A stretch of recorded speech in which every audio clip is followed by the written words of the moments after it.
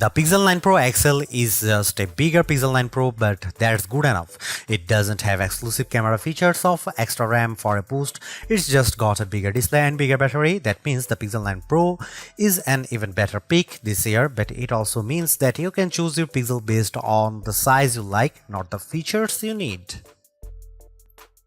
If you feel like new Pixel phones arrived sooner this year, you are right. Google's August Pixel hardware event gave us not a duo but a quartet of new phones, starting at one end with the new baseline Pixel 9 and freshly topped with the Pixel 9 Pro Fold. Into larger phones, then the XL nomenclature should tip you off as to where you might want to spend your money. This is the direct successor to last year's 6.7-inch Pixel 8 Pro. It's the biggest Pixel yet, and it sports a new design that marks a relatively significant shift in the series aesthetic. The camera bar introduced with the Pixel 6 series is gone, and instead we have the camera peel.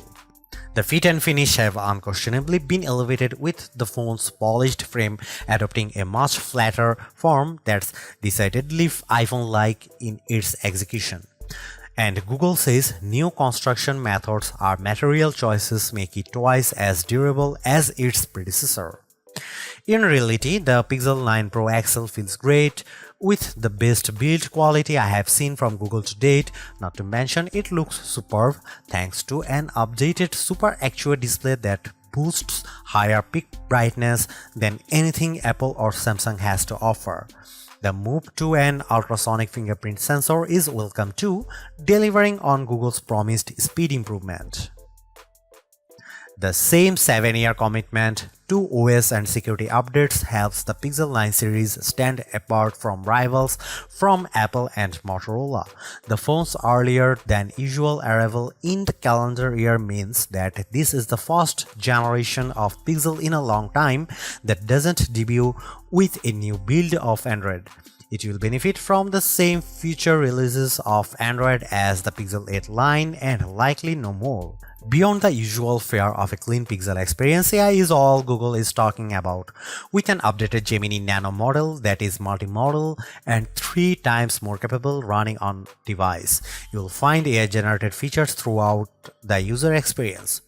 Most notably, there are 3 new apps to play with: a new weather app that's richer and more customizable with AI-generated weather reports, a new screenshots app that, as well as helping organize your captures, allows for semantic search, and Pixel Studio, which allows for on-device text-to-image generative AI that Google pitches as a new creative tool. Feel free to reconcile your feelings about using AI-generated imagery in your own time. The cost of the Pixel 9 Pro and Pro XL also includes a year's access to Google One AI Premium with Gemini Advanced and its new Gemini Live feature. Gemini Live is a decidedly ChatGPT 4-like conversational experience with Google's off-device AI. It works well for things like how-to guidance and recipe help, but still comes with limitations surrounding how it can actually action on-device tasks for you. All the on-device AI experiences are powered by Google's new Tensor G4 SoC paired with new higher RAM ceiling of 16GB. Previous Pixels already felt fast in day-to-day use, but existing users will notice speed improvements for things like image processing and app load times, even if these gains are seemingly slight. Benchmarks only put the Tensor G4 about 10% ahead of G3 in terms of CPU performance, with more noticeable graphical gains and, of course, NPU gains for AI tasks. The other big aspect of any modern AI-enhanced Pixel phone is the camera experience. The hardware looks for the most part similar to the Pixel 8 Pro, albeit with a much higher resolution selfie snapper with a tweaked ultra-wide on the back. However, Google claims to have reworked its HDR Plus pipeline end-to-end, meaning more true-to-life imagery. In daylight, I had few complaints, and the Pixel 9 Pro delivers great detail and accurate colors and with dynamic range. Night sight ensures low light shooting is almost always rescued from unusable to usable, even if it can still be a little heavy-handed in its post-processing.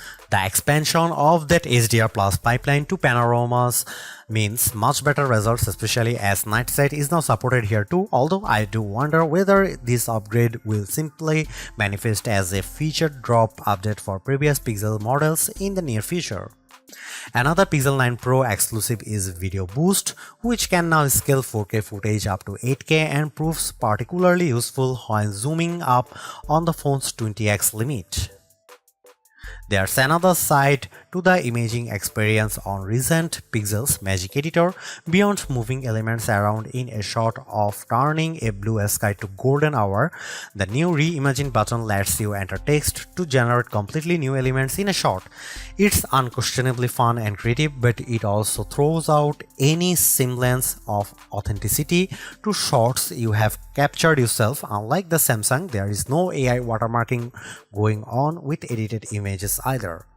Although that Tensor G4 chipset doesn't mark a huge leap forward in raw horsepower, it certainly has helped with power efficiency, with the Pixel 9 Pro XL serving up almost 70% more screen on time compared to the Pixel 8 Pro. The jump from 30W to 37W wired fast charging speeds in a small but welcome bump too, although it looks like you'll have to grab Google's 45W charger for the absolute quickest recharge times based on my testing with similar chargers. Perhaps the biggest benefits with the Pixel 9 Pro line offers is that beyond the XL's larger screen and physically bigger battery, there is no compromise across both sizes.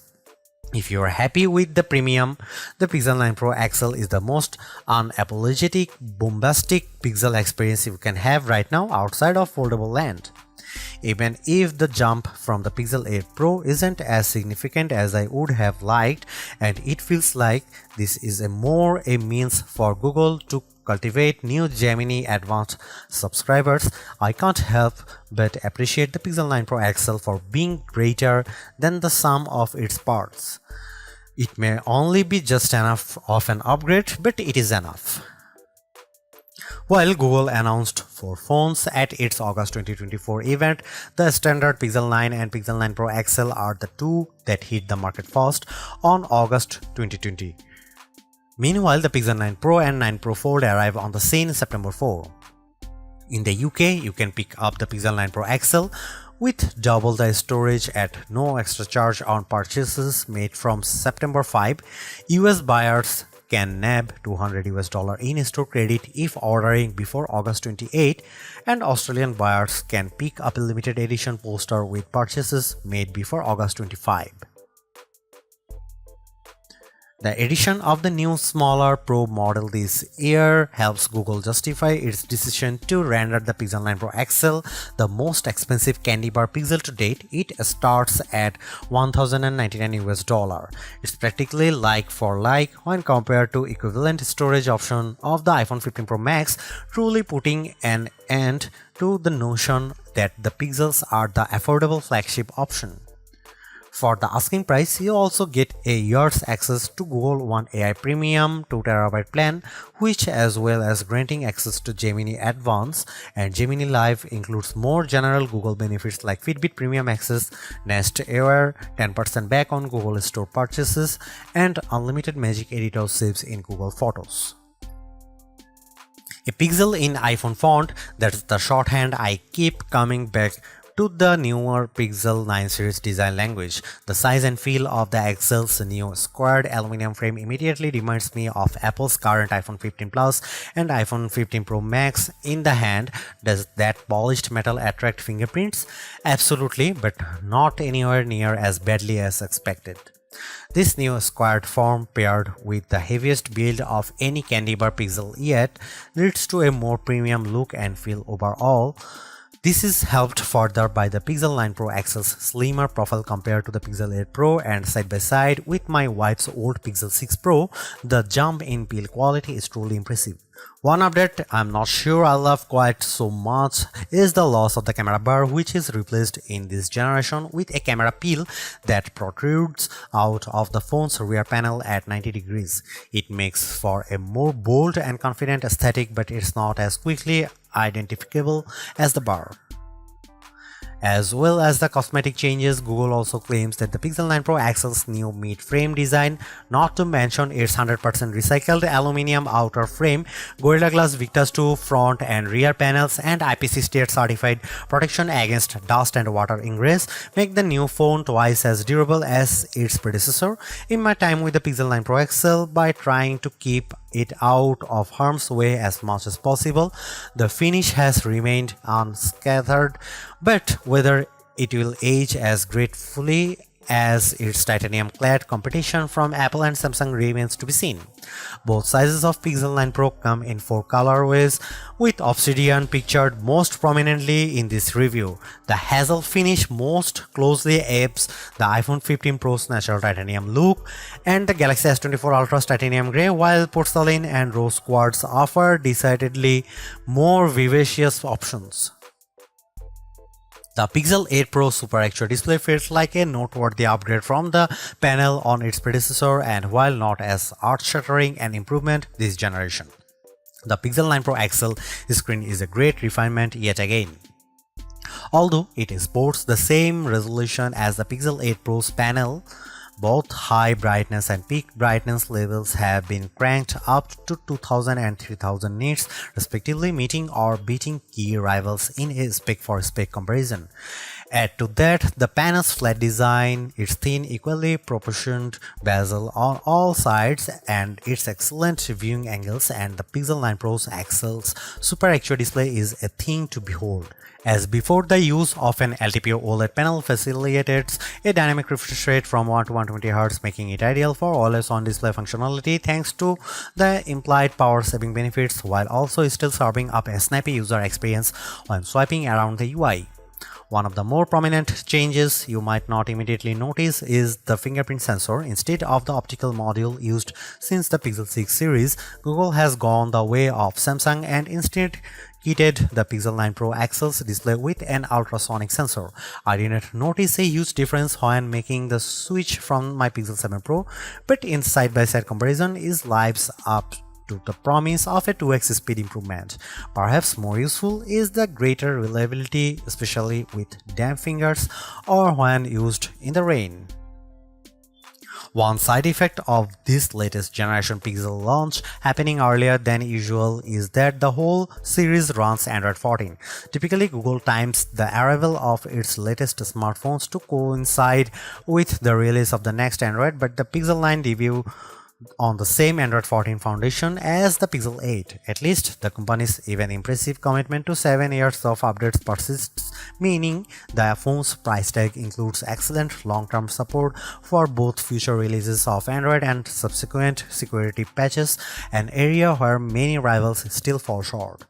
As a long-time Pixel user, the look and feel of Android on the Pixel 9 Pro XL is characteristically clean, easily navigable, pleasantly customizable, and dressed with helpful everyday features that aren't guaranteed on other phones. That said, the Pixel 9 Pro XL does get some Pixel exclusive editions that up the ante, all of which lean on Gemini AI.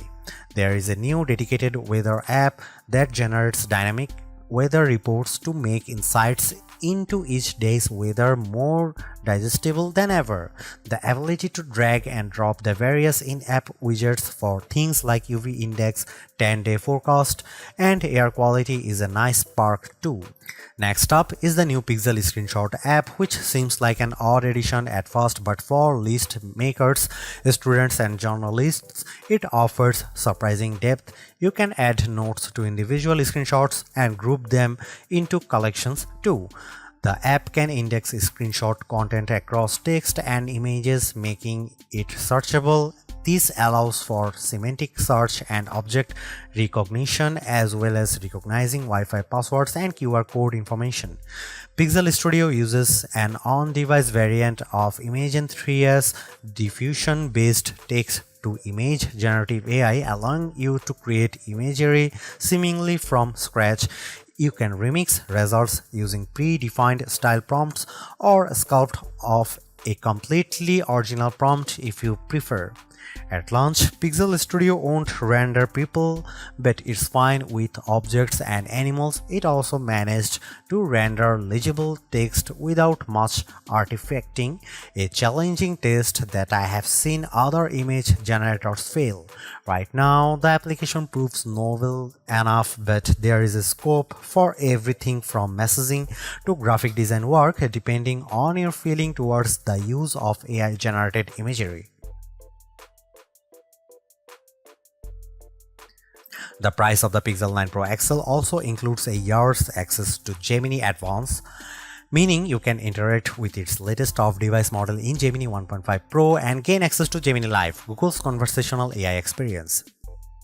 My family tested its abilities on a bean salad recipe, including suggestions on preparation and accompaniments, all without any obvious breaks in conversation or AI hallucinations.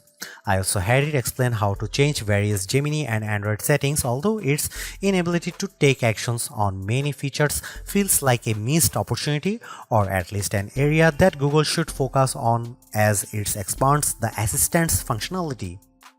A couple of other sprinkles of AI magic on the Pixel 9 Pro XL include text-based summaries of YouTube videos that I didn't have time to watch and zoom enhance image upscaling.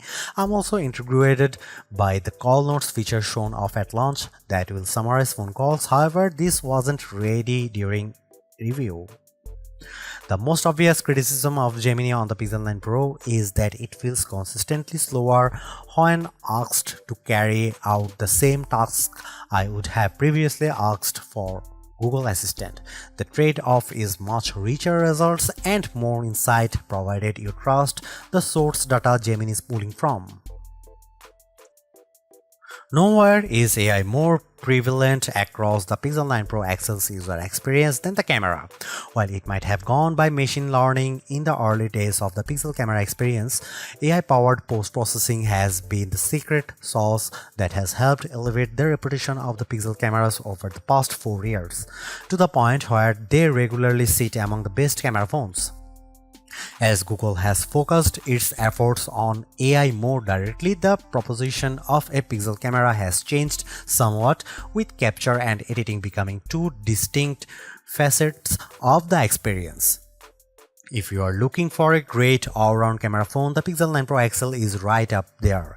A revised HDR Plus pipeline puts into practice the company's learnings from previous entries, paired with new training data to create images with a more true-to-life appearances, better exposure, dynamic range, details, contrast, and colors.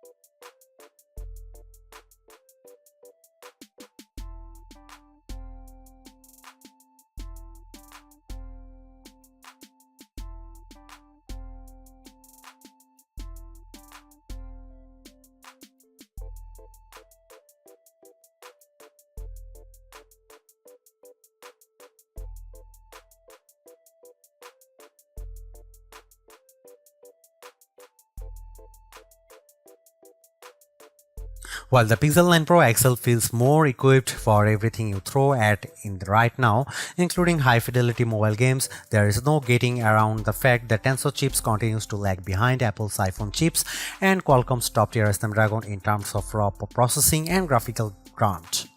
Whether it's a matter of the shorter turnaround between generations of Pixel or the fact that it's not Google's focus, the new Tensor G4 chipset powering all of the Pixel 9 series doesn't pack that much more horsepower even compared to the Tensor G3. It's built on a similar 4nm process as the Tensor G3 but with new core architecture and one fewer high-efficiency cores than its predecessor. The switch from an Immortalities to Mali GPU means no more ray tracing, a small but notable loss for mobile gamers. In testing, the Tensor G4 processor produced a 10% bump to CPU performance, a 15% graphical performance improvement, and a 16% uptick in NPU performance over the last generation. However, the biggest gains look to be in power efficiency. As with its predecessor, the Pixel 9 Pro XL can be had in 4 storage variants. However, the 1TB ceiling appears to be a US exclusive, while other markets, including the UK and Australia, top out at 512GB.